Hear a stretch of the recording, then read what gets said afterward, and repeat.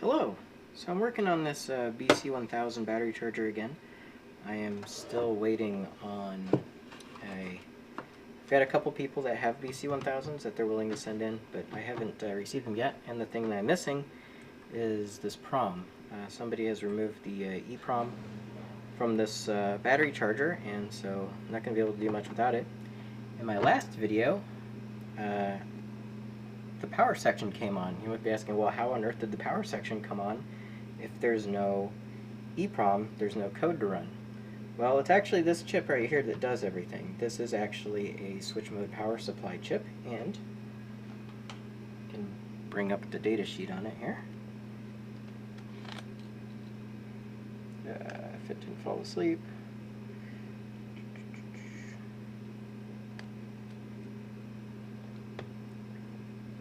So if we look at that, this is the Unitrode UC3524, which is what this chip right here is.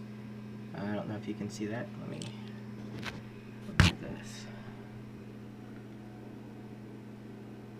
UC3524.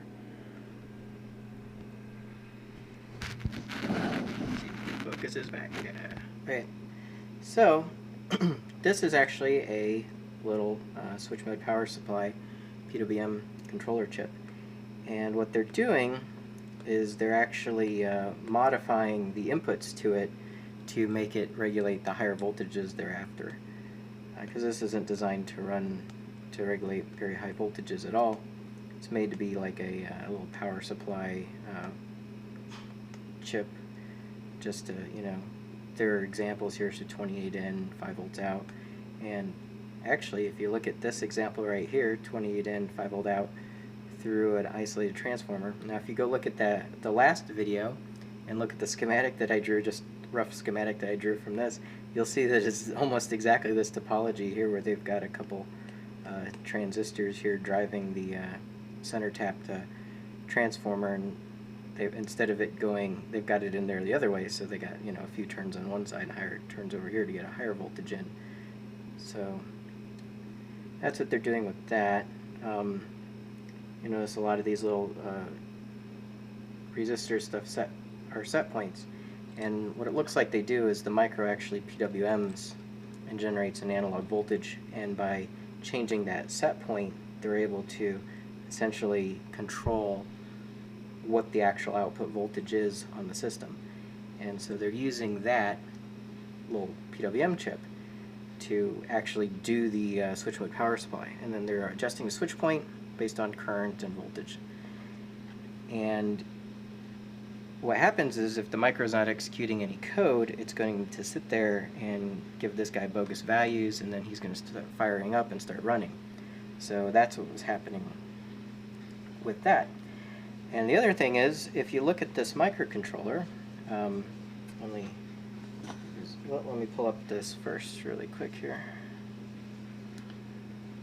We'll go back to our downloads, open up this data sheet,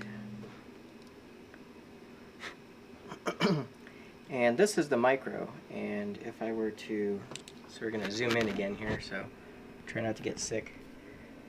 See how hard it's going to be to read this.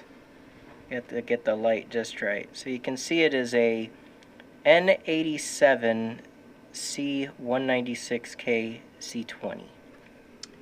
And that microcontroller, if you look here, the 87C196KC has 16 kilobytes of on-chip one-time programmable read-only memory. And so you would think, oh, hey, there's code inside the chip, so you don't need that external PROM. Well, what I did is I looked up previous instances of where I've used this, so I've repaired 3 different battery chargers, all of the BC1000. You can see each one of them had the PROM populated. So unfortunately, it's very hard to read on here, but that is also the same micro as this one, the 87 version, which says it should have built-in. But again, it's got the PROM next to it. And same, here's a completely different charger, and you can see the PROM is populated over here. I call them PROM, it's an EPROM, it's electronically erasable. And this is that last one. They had some weird mods on top of the micro, but again, you can see the PROM is, or the EPROM is there. They got a big piece of tape over to cover up the window. So that begs the question is, well, if you've got a micro that actually has code in it, why on earth are they using an external PROM?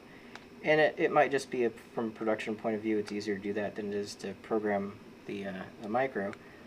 But one thing we can check, because it's completely possible that this might be a later version and they no longer need, they were done with their testing, they had that PROM in there and they no longer need it, and now everything's programmed into the chip and everything's hunky-dory. But one of the things we can do is, let's go to this page right here, and what we're looking for is the EA pin, and that says input memory select external access. EA high causes memory access to locations 2000 through 5FFF to be directed to on-chip ROM EPROM. EA equal low causes access to those locations to be directed to off-chip memory. So if EA is held low, we know that it's trying to read an external EPROM. If EA is high, then we know it's using the internal. So we can easily check that. EA happens to be pin number 2. And this is a PLCC, which means that pin 1 is in the middle of the chip. It's weird. It's right here instead of being at one of the corners like it normally is. So pin 2 is going to be right there, and there's a convenient ground pin right there. So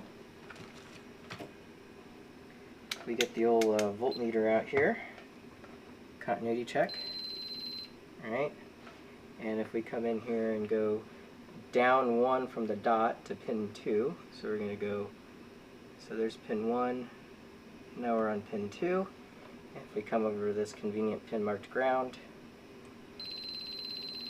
you can see that that external address line is actually pulled low.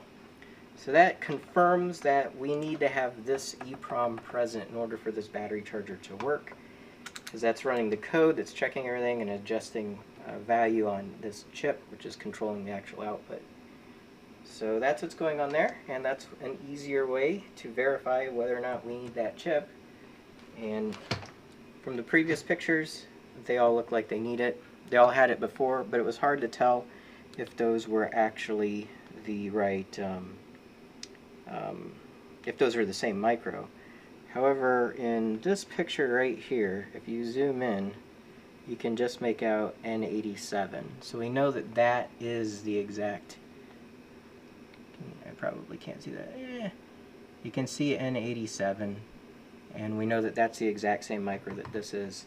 So even though the micro has built-in EPROM, or I guess PROM, since this is actually a programmable, one-time programmable, they're still using the built-in, or this external EPROM in order to get their data, the code that's actually executing in it. So, still waiting on somebody to send in their either the EPROM or the the whole battery charger. There's one guy that had a broken one that he was thinking about sending in, but I haven't heard anything back on that. And so yeah, Jim's still waiting on that, but confirmed we definitely need that the EPROM for this thing to work. And I guess that's it. So thanks for watching.